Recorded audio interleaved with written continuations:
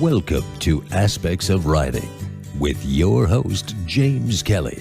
For the next 60 minutes, we'll explore every aspect of writing, including how to create, format, and even sell your work.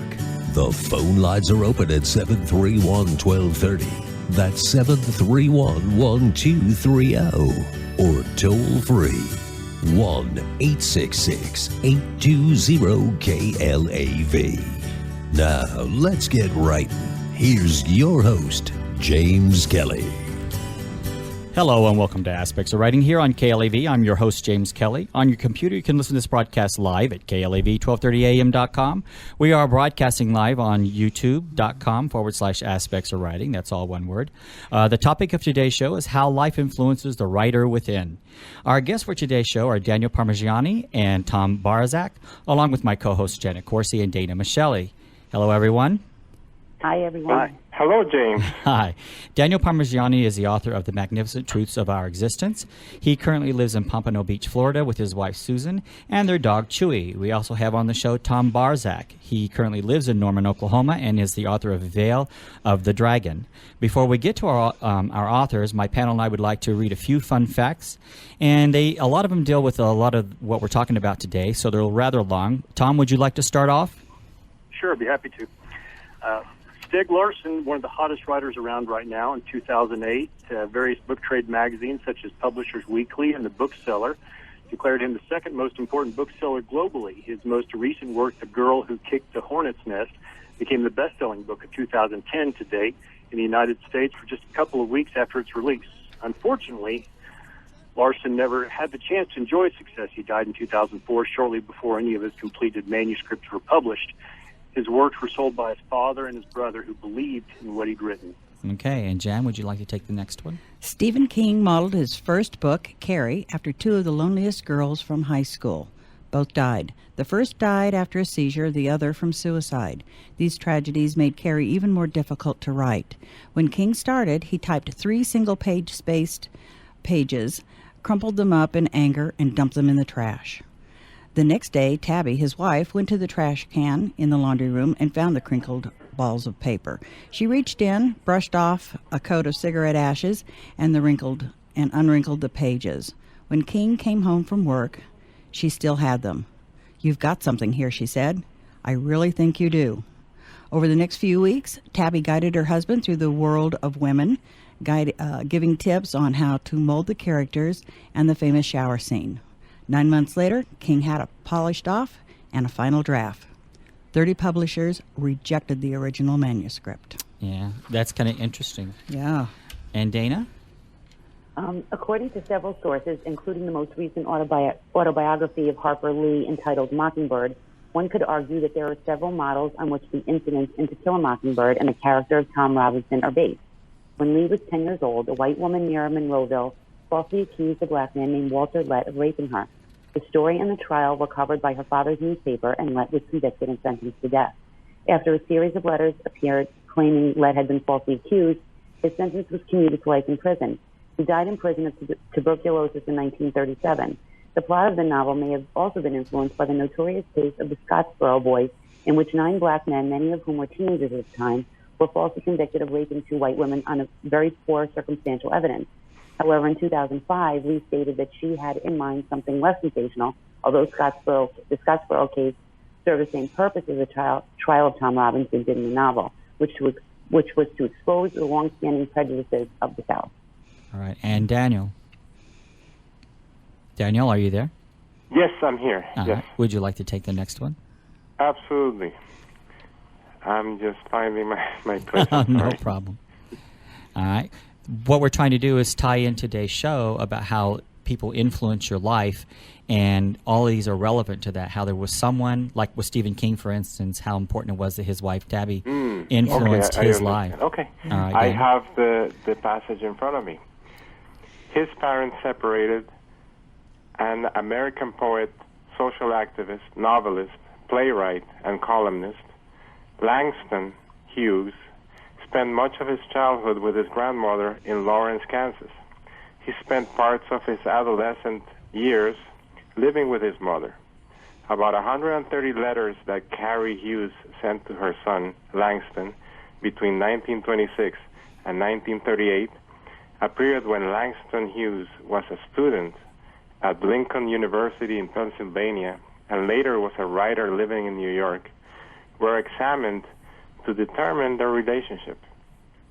However, there are no records of responses Hughes sent letters to his mother. Two college professors, Tidwell and Williams, who studied the letters she wrote, believe that Hughes' early writings reflect his working out the complicated relationship he had with his mother. They point out that Hughes' first novel, Not Without Laughter, refers to money and other family issues that are found in the Carrie Hughes letters.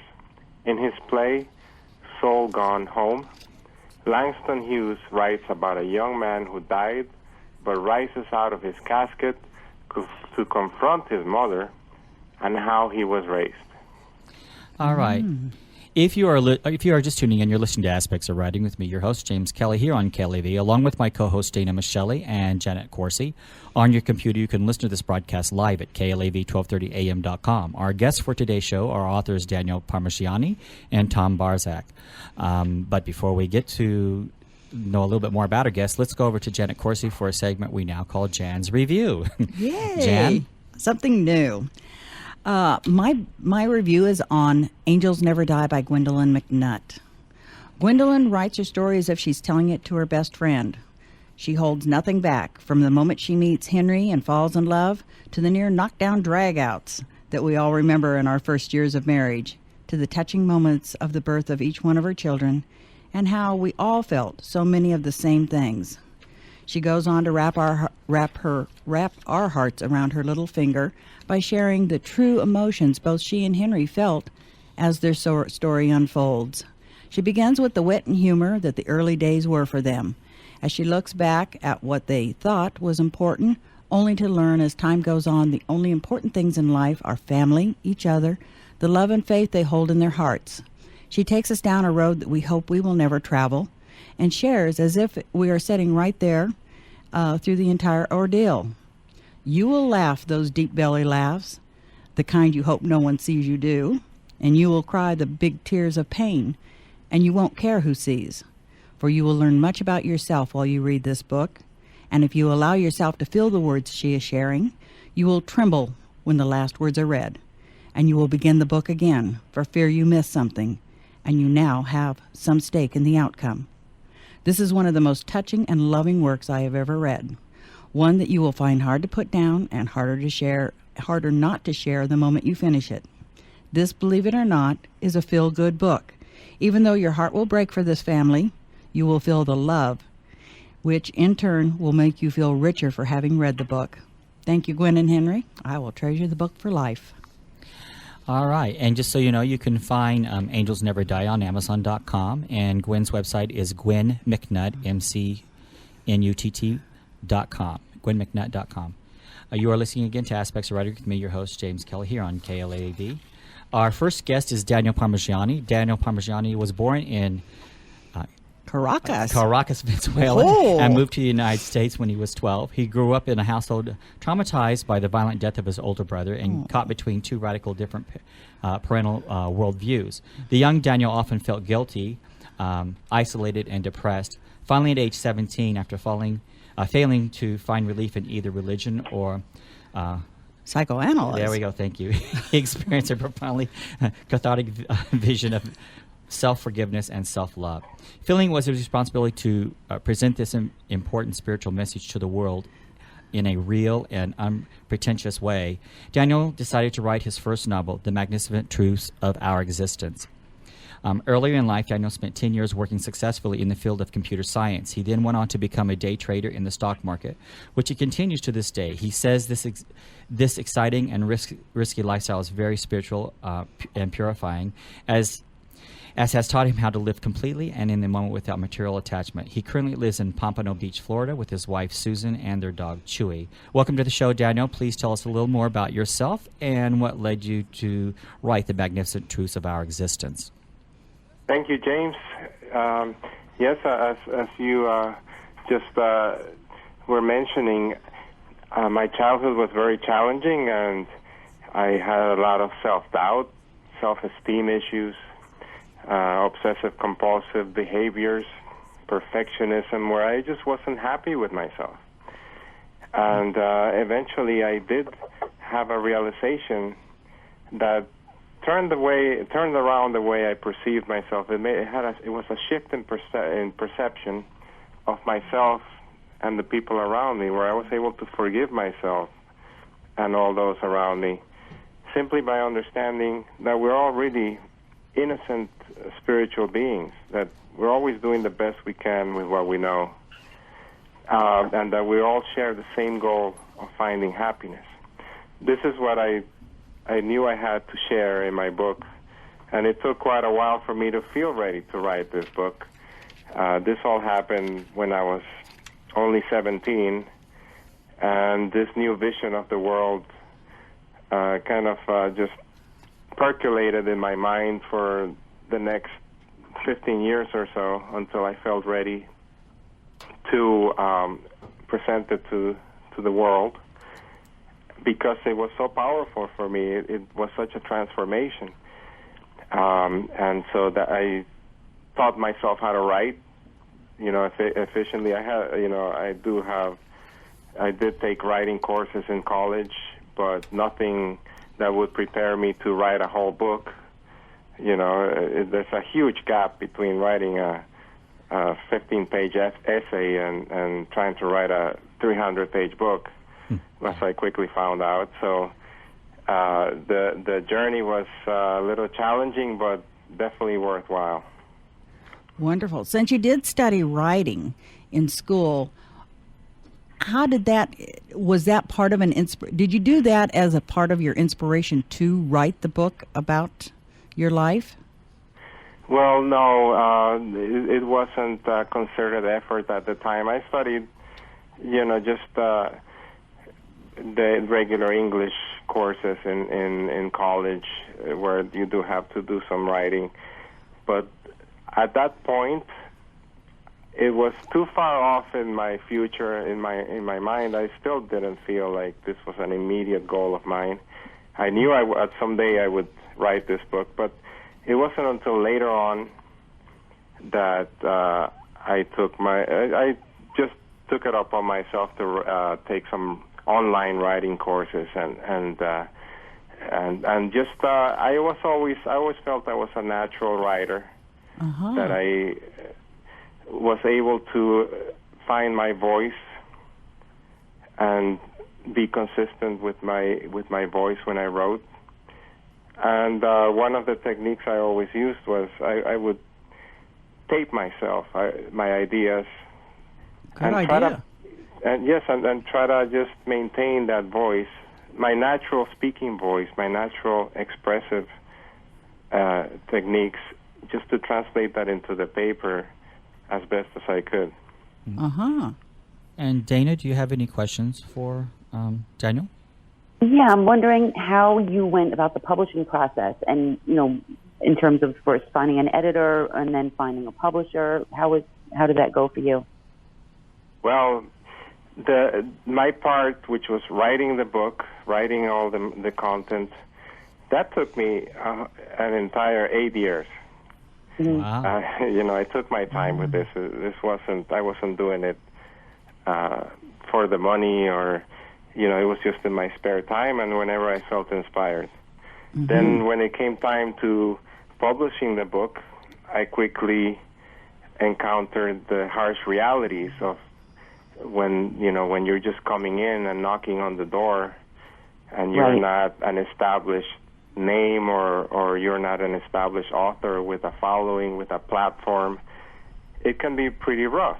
So right away I decided, okay, I'm going to have to self-publish this, and I'm going to have to build my own platform, and I'm going to have to learn the right way to do this.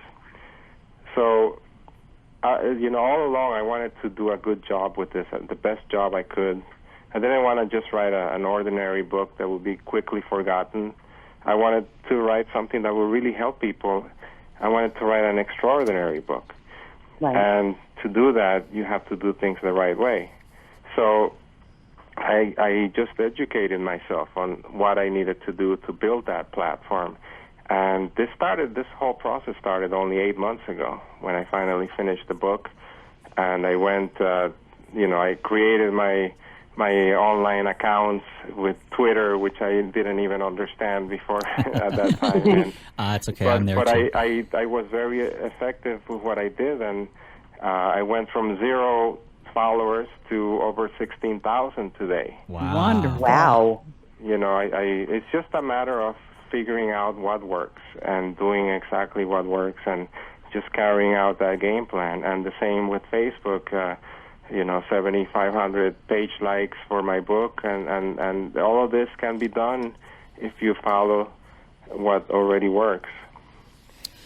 Well, and self-publishing, I just wanted to add, self-publishing is a viable option. Absolutely. That can bring good results if you're able to create your own following. And my book was very successful already. It became an Amazon international bestseller just 2 days after the launch, which was a month ago. Wow. So it can be done. Fabulous. Well, we're going to talk a little bit about your book, and I know, Dana, jump in there anytime you want to, because I know this is your field as well as when it comes to spirituality. On page 102 of your book, you have a diagram, and you talk about exist in the now and then contribute and create, and that's basically the top branches of the tree. Can you explain a little bit about that? Yes. Well, this is that particular chart lists the different needs that we all share as human beings that I found. And these are needs that are not present when we're small children. The 5 needs are self-acceptance, then just the need to have harmony within yourself, to love yourself. And then there's the need for connection with others, the need for meaning, having meaning in your life, the need for having justice in your life, and the need for safety, to feel safe in this universe. When you're able to satisfy those needs, then you're free to truly enjoy your life, just like you were when you were a small child. Mm-hmm. Being happy, being joyful is our natural state. That's one of the central themes of my book, that the happiness we're looking for is our natural state. But we screw it up. We screw it up with negative beliefs about ourselves and about each other and about life in general, what life means, what this world is about. And this chart just explains that when you are able to satisfy those existential needs, which are psychological and spiritual, then you're free to enjoy life to the fullest, live in the moment, and you're also free to contribute and help others, because there's joy in that too. You're liberated from your insecurities as a being, as a spiritual being, and now you have plenty to give and plenty to experience. Well, one of the... Oh, go ahead, Jenna. Oh, I'm sorry. No, go ahead. Oh, no, please. I just had a question about when you had this awakening, because it says you turned away from religion and so you can't say the word either, psychoanalysis. Do you feel like that kind of, you're turning away from those things kind of freed you from any sort of preconceived notions that you were able to receive? Because it sounds like you received a gift spontaneously to get this vision after all you had been through. Do you feel like that happened because you were able to free yourself from, like, maybe social beliefs or, certain, psychological beliefs about, if you, do you know what I'm trying to say? You sort of didn't follow the typical path. So you were able to kind of clear your mind of that stuff and receive this gift, if that makes any sense.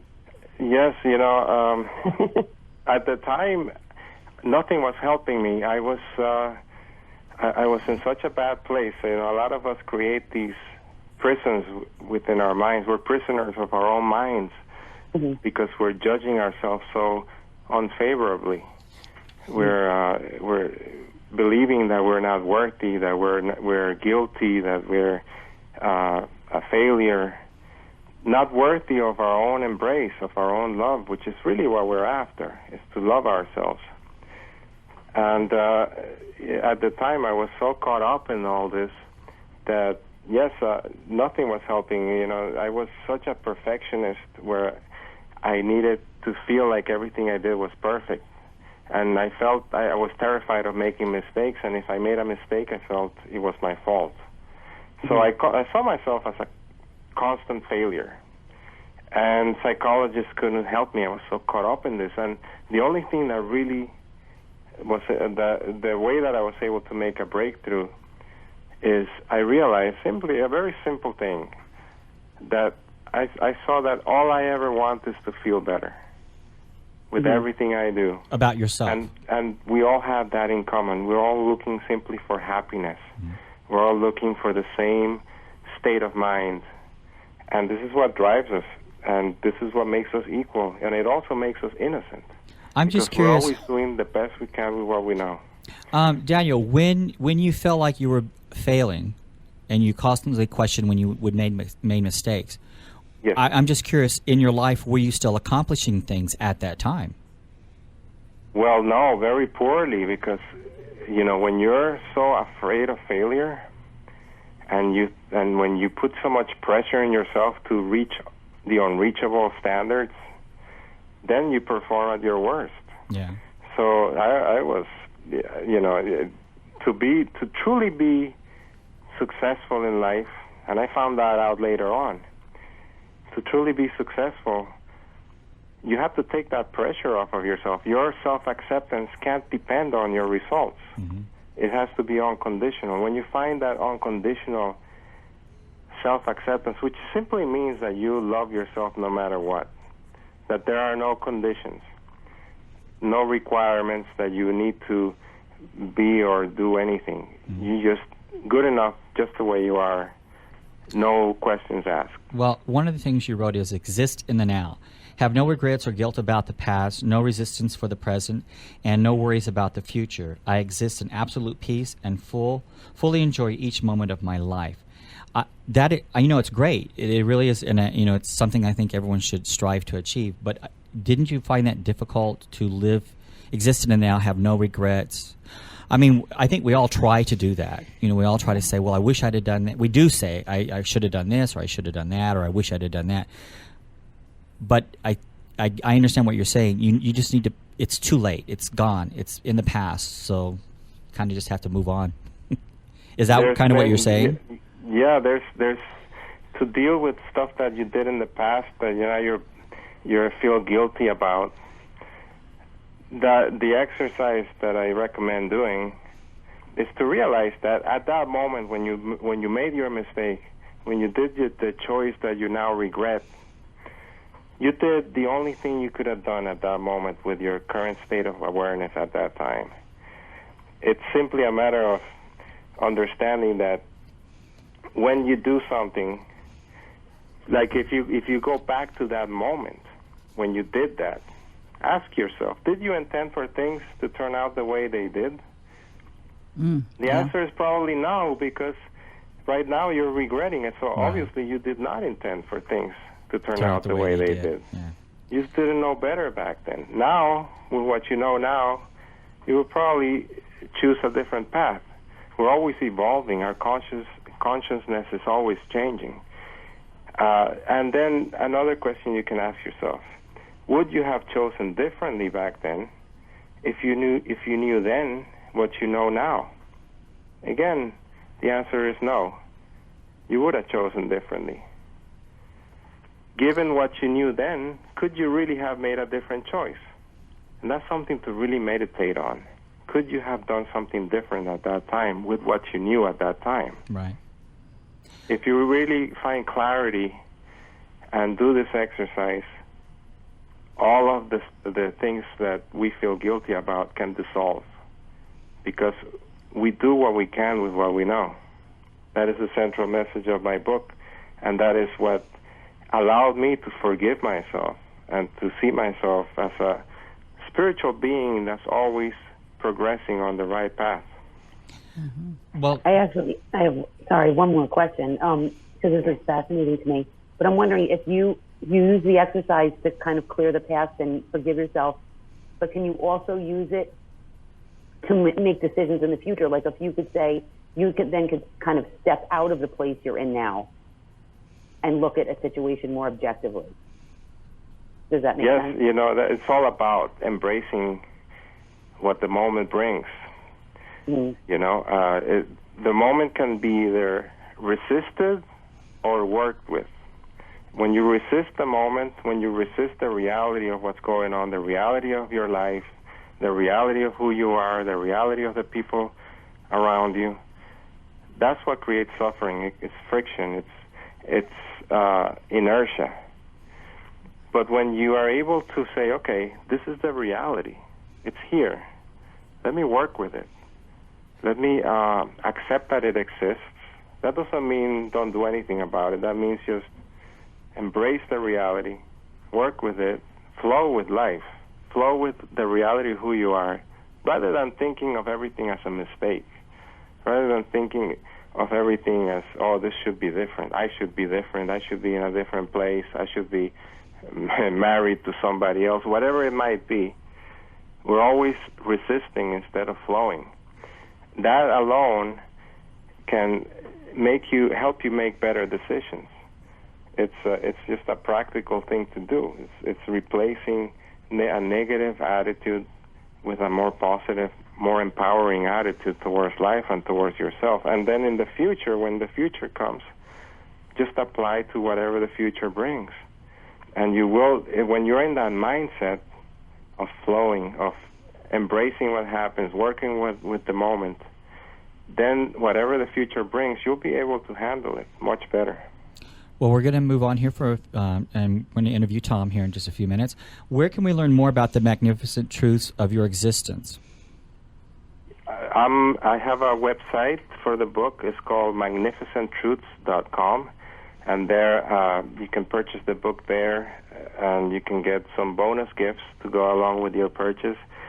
And I also have a weekly blog that comes out every Friday at that website. I'm also on Amazon.com as in paperback or Kindle format. The book is The Magnificent Truths of Our Existence. And I'm also on Twitter and Facebook, Dan Parmigiani, Dan_Parmigiani on Twitter, and a Facebook page called Magnificent Truths. Okay. And hopefully you'll stay on the line, and we'll talk a little bit more about our topic of today's show, how life influences the writer within. Yes. All right. Thank you. Thank you so much, Daniel. Our next guest is Tom Barzak. Tom lives in Norman, Oklahoma, and he is the artist turned architect turned author who is finally getting around to finishing stories he started writing when he was just a kid while sitting on a porch there in Oklahoma, I assume. And in your bio, you state that you started Veil of the Dragon about 10 years ago after sitting down one day and writing 3 pages of dialogue between what could become the 2 main characters. Tell us more about Tom Barzak and your books. All right. Well, first of all, I really appreciate the privilege of getting to be on your show, and thank you. And Daniel, enjoyed getting to learn a little bit more about you. I've always wanted to write, and I've always kind of written stories growing up, and I always loved fantasy, and I'd just sit there and make up stuff. When I was a kid, I was always happy as being somewhere else, doing something else, pretending I was somebody else. As a little kid, and then you grow up and do things, and it's one of the things I always wanted to do. And it's funny, the topic of your show was about 10 years ago, and my only daughter at the time, my only child, had just died, and I had this story in my head, and I think I'd probably already written those first 3 pages, and life impacting art and or writing, and I just decided to sit down and write this story. And you write what you know, and I have I've always loved fantasy, but I still couldn't today just sit down and make up a story. And so you draw from the things that you know, and the loss of my daughter was a huge impact in that, and then just a lot of the things I've gotten to grow and learn, spiritually, just to dovetail with with Daniel's talk, and it just it's the hero's journey we're all on in some way, and any good story is going to have that hero's journey, and so I just kind of, not literal translations, but I just kind of pulled things. There's a lot of my books, as much as anything, it's a allegorical fantasy, and there's a lot of symbolism in there, and a lot of things that, and a lot about death and rebirth, and a lot about there's a lot of, one of the heroes is a child, and there's just a lot about things that I either had walked through or wanted in this novel that I wrote, and it just kind of wrote itself, and it's not something I think I could ever manufacture. Now, and with Veil, go ahead. yeah, with Veil of the Dragon, that's the book that's completed. But is this going to be a series of books? It is. It's going to be 3 books. I'm writing the second one now. I'm probably about 2/3 of the way done with it. It's called Mouth of the Dragon, and it's just continuation of the story and the hero Kalis, and it's something that, for me, if I'm going to write something, it's going to have some depth and weight to it, and for me to be satisfied as a writer, and to tell an honest story, and so I just draw on a lot of those sorts of things, and a lot of again, my personal experience. And if you're writing about love, you write about your experience with love. If you write about temptation, you write about your experience with temptation. It doesn't have to be a literal translation, but we all walk through these things, and so in Veil of the Dragon, in all 3 of these books, the dragon is more. It's not even a. It's that little dark spot that's inside everybody that you struggle against, the negativity that Daniel talked about, the just that constant temptation to tell yourself that it's just not going to happen, you're not enough, and these sorts of things. And so I wrote this story about this dragon that's kind of inside everybody and everything, and people see it 1,000 different ways, and no one really sees it at all until the very end. And about this group of people that, few people actually know the truth. And the only way to defeat this dragon is to not make it about you, but to make it about helping others. And so these Order of Knights spend their life trying to be of service and help others to tell the truth about this dragon that no one believes even is real. And it just kind of evolved into this story that kind of took over. Dana, do you have any questions for Tom? Yeah, I was wondering. I was wondering. No, I'm sorry. Sorry about that. Go ahead. No, I was just wondering if anyone, was any specific authors influenced your work. Yeah, several. I love, when I was a kid writing, I read a lot of David Eddings and The Wheel of Time, and just real classic fantasy stuff. And of course, I read a lot of Stephen King and a lot of, his mind just went blank on the other author's name I was thinking of. Shyamalan. Anyways, there's just a bunch of them, a lot of fantasy, a lot of horror writers that I read a lot of as a kid, and I would just pour through books. And then as an adult, I started reading a lot of Jim Butcher, and he's just a phenomenal writer. And I started getting back into Janet Morris, who used to write a lot. Started this Thieves World. It was kind of a shared world anthology from the 80s, 70s and 80s when I was growing up. And I've gotten to meet her, and I've got to get to know her and do a lot of work with her. And she's a phenomenal writer. She's writing some work these days that's just unbelievable, and with a depth and a weight. And it's a historical fantasy type work, and just does it's all very subtle stuff. It's you read it 3 times and you get something different every time you read it. Sure. And that's kind of what that I like. Yeah. I have a question for you, Daniel, because I'm just curious about what led. I mean, I know you played Dungeons and Dragons, but what I'm not certain of is in your bio, were you an only child, and how did your childhood influence what you wrote? Me, I was not only child. I'm the youngest of 4 kids. Okay.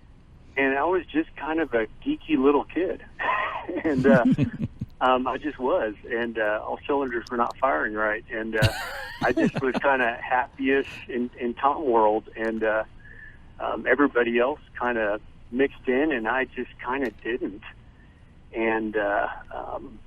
And so I escaped to this just fantasy place where everything was just kind of cool. And that's where I spent a lot of time growing up. And problem is I did that as I went into adulthood, and it doesn't work well when you're a grown up, not living in reality.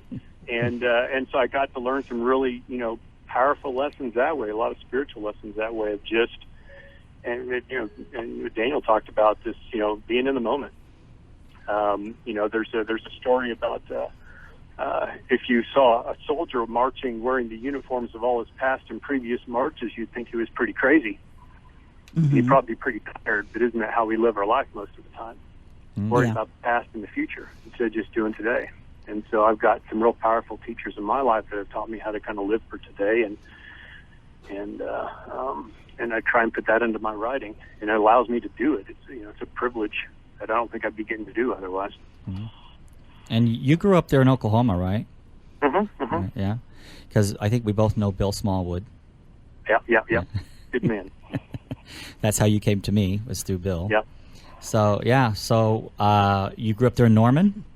Grew up here in Norman, and came down for college, and just never left. And then like I said, one of the big cathartic moments of my life was the loss of my child. She was 2.5 and died, and just picking up the pieces from that, and then and I think a lot of just being a single dad and raising my boys, and I got 3 sons right now, and it's just I've got an amazing life today that and I think the writing has been a huge part of it for me. Mm-hmm. Well, we're going to talk more about how life influences our writing. You are listening to Aspects of Writing with me, your host, James Kelly, here on KLEV, along with my co-hosts, Dana Micheli and Jenna Coursey. Again, you can listen to this program live on KLEV1230am.com. Our guests for today's show are authors Daniel Parmigiani and Tom Barzak. The topic of today's show is how life influences the writer within, and the panel and I are going to discuss a little bit more about that. According to The Informed Writer by Charles Bazerman, writing influences other people. You respond and build on other people's statements. Then you write for other people to read. As a reader and a writer, you converse with others over the written page. To converse effectively, you need to know what is on the other person's mind, how you want to affect other people, and how you plan to achieve that effect. Thus, writing well requires that you understand the writing situation, grasp the particular writing problem, and carefully plan your writing strategy. I think that understanding and examining life is how you become the informed writer. Then how you convey what you have envisioned on paper is the final step. In essence, I believe that is what Bazerman is saying. You have to move the reader. You have to make them believe in what you wrote, bring them to the journey with you. What are your thoughts on this subject? And I'm going to start with Tom. I think you're absolutely right. I think you have to tell the truth. And more than anything else, you have to write for the reader, but you have to write for yourself, and you have to tell the truth. And I was at a writers' conference just real recently, and I just ran into person after person after person who who had either walked through or survived the loss of a child, or had, been affected by alcoholism, which has been an effect on my life through someone else's drinking. And it's just one of those things, you run into these people, and you just, there's these stories that get told, and I think that you at some point have to tell the truth. If you don't touch into that suffering, that pain, whatever it is, that hero's journey that you had for a reason, you're not really telling your story. You're not telling the truth, and people will know it. And just for me, I think that's the only way I can write. And then from there, you kind of decide, well, there's marketing, and there's craft, and there's everything that goes on after that. But fundamentally, at the core of that, you have to be able to tell the story. It's not just going to come out. You got to know the craft and have a market to sell it to tell it to. But at some point, you just got to start with the truth. And I think you can't go wrong if you just start with the truth, whatever that is. Yeah. You know what, Tom? I forgot to ask you. Where can we learn more about your book? Sure. Well, it's on Amazon. Giselle the Dragon. I've got an author's page on there, and I've got a lot of short stories that are published. that are linked up on my author page. I've also got a website, www.tombarzak.com. And I'm on Facebook as well, just under Tom Barzak. All right. And Daniel, I'm going to ask you about the statement we just read, and then I'm going to ask Dana her 2 cents worth on this. Daniel, can you respond to the quote we read? Sure, James. First, I wanted just to congratulate Tom on writing what sounds like a great book. I can't wait to read it. Thank you. True. And it sounds like you really came full circle writing it, and that and that sounds fascinating that you put so much of yourself into it, and that's always a wonderful thing to do, is to find a release in your writing, not just a release, but and you basically end up understanding your own story even better when you write about it. I'm sure that you can relate to that. As far as this, the passage that we just read, I agree with Tom. You have to write the truth. You have to write about what you know, first of all. Obviously, everybody's an expert in something. And if you write about that, you're going to do a good job automatically. Write about what you're an expert in. And second, yes, you want to write. It's a fine balance between writing as if you were writing for yourself, but you also have to include your audience in your mind. So it's a fine balance of writing naturally as if you were just writing on your journal, but at the same time remembering who you're writing to and what their expectations are. So it's a fine balance that you have to learn, and it just comes with practice. Yeah, absolutely. In my case, what I realized I needed to do was definitely I needed to start out my book by telling my story, explaining what happened to me, how all of these ideas that I'm presenting evolved in my mind. That it's not something I'm just making up here. That it's just I just list everything that happened and how everything came step by step, and I lead the reader on a step-by-step journey through my own journey of discovery. So that's what I believe works. If you're somebody who's new on the scene, you definitely have to work a little harder to get that credibility. And it comes by sharing your story and getting people to relate to where you're coming from, and to see that, yeah, I can see where this guy's coming from, and I can see how I could be in the same situation, and I would realize the same things. Mm-hmm. Exactly. Dana, what is your 2 cents worth on today's show so far? Well, it's funny because I kind of wrote sort of on this topic the other day, because I went to, there was a local event here with local writers from my neighborhood in Brooklyn, Bay Ridge, which is not considered a literary neighborhood. But turns out there's all these writers here, and there were 2 panels, and some fiction writers, some nonfiction, and the consistent message was they were writing from the heart and from their experiences, whether they were a local restaurant owner and they were writing about their recipes, or, they took, like Tom, they took things that happened in their lives and turned it into a novel or used it as material for a novel. So it's very interesting to me, because I just started thinking about what drives people to write, and I think they're seeking something, and they're interested in something, they have a passion for something, and then they want to share it with other people. So I think if that's the place you're coming from when you sit down and write, you're going to succeed. I mean, of course, there's the marketing and all that stuff, but you're going to write a book that you're happy with, which is a launching point to get it out to other people. Exactly. Mm-hmm. All right. Do you feel that life has influenced your work? And I think both authors have answered that question already. But Daniel, I'm just curious, how did the tragedy as a child with your brother influence not just your writing but your life? Because obviously in influencing your life, it influenced your writing. Yes, that was a life changer for a lot of people. And, sometimes an event just changes the course of so many lives. And in my case, that event, yes, was the death of my older brother when he was shot and killed accidentally, but still he was hanging out with the wrong people, and that just pretty much devastated everybody. And I felt very, very guilty about this because nobody told me he had died, and I felt that I had driven him away. And, that started my journey into some deep self-doubt and guilt and just low self-esteem. And everything leads step by step to an outcome, and the outcome eventually was the realizations that turned things around for me. And once I had those realizations, I just knew I had to share it someday. I knew, one time I heard Dr. Wayne Dyer say something very interesting that really moved me. And he said, "Don't die with your song still in you."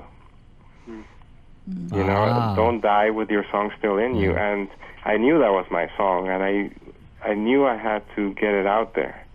And I knew the way to do it would be to write a book. And that was always in my mind. And eventually it came time. You know when the time is right. Somehow you know when the time is right. And for me, it took quite a while, but everything happens at the right time, I believe. Well, I know that from what you wrote, looking back, because you had just mentioned how you felt like you had driven your brother away, but then in your book you talk about how you have to forgive and forget and move forward. And so I think a lot of what you've written in your book is about that, actually. Embracing what happens, yes, allowing it to have happened, understanding that, see, it's all about having faith in life, and faith that the things that happen are happening for your own good, that you can learn something from everything that happens. You can turn it from a negative, anything, you can turn from a negative to a positive. Everything depends on our interpretation of things. Interpret them as a negative thing, you will suffer. Interpret everything as a positive opportunity to learn and grow, and suddenly you're gaining from everything, and you're not suffering anymore. It's that simple. Yes. And Tom, you had a similar experience when your daughter passed, and you've turned that into a positive as well, in the sense that you kind of honor her in your books in a way. Mm-hmm. Yeah. I think that too, and just personally, I get to a place with anything, and with this for me in particular, but. And when you get to a place where you can look at it as not something that you lost, but as something that you gained. And I look at my daughter not as a loss in my life. I look at it as something I gained. And in a lot of ways, I still have a relationship with her. It's just different than one I have if she was standing right next to me. And I think if I can, if you can look at life this way, like Daniel said, I think that makes a huge difference and allows you the freedom to listen and the freedom to. I have this personal belief. I think the stories are already written. It's not something I can sit there and make up. They're already there. I get to participate in them. I get to translate them, and I get to put them on paper. And whether that be a painting or a book or whatever. And I think this idea of just taking everything as an opportunity as opposed to as a loss. Yeah, it's a big difference. It really frees you up creatively, and I think it allows you to learn and it really puts you in a position. I think the most important thing, it's not just about me or anybody. It's really about being of service and helping others. We have a story to tell, not because we need to tell it, but because other people need to hear it. Well, you said something earlier too about when you were writing it that your characters seem to be writing themselves, and I found that with my book too. It's like it's already been said before. It's already been done before, and now you're just putting it to paper. Yeah, Right. And if you sat there and tried to manufacture, you'd probably sell it short. Yeah, right. That doesn't mean don't outline or anything like that. No, But, I didn't outline. You do need to listen, and I agree 100%. Well, one of the things too that you had mentioned, you did a review on Angels Never Die before, and I think it's so important to understand here. Like the book Angels Never Die by Gwendolyn McNutt is about the loss of 4 children, and it was a course of 20 years that she knew they were going to die because they were terminally ill with 2 rare diseases. And I think one can look at the influence in your life, and you can, like Daniel's talked about, and you as well, Tom, make it a negative or a positive. And in the end, even though throughout their life it was very difficult to deal with this, when all four boys had passed, Gwendolyn turned that into a book, and she's looking at life in the positive now by getting their story out there. It's like their legacy living on. And in a way, Tom, that's what you're doing. You're allowing your daughter to live on through your stories.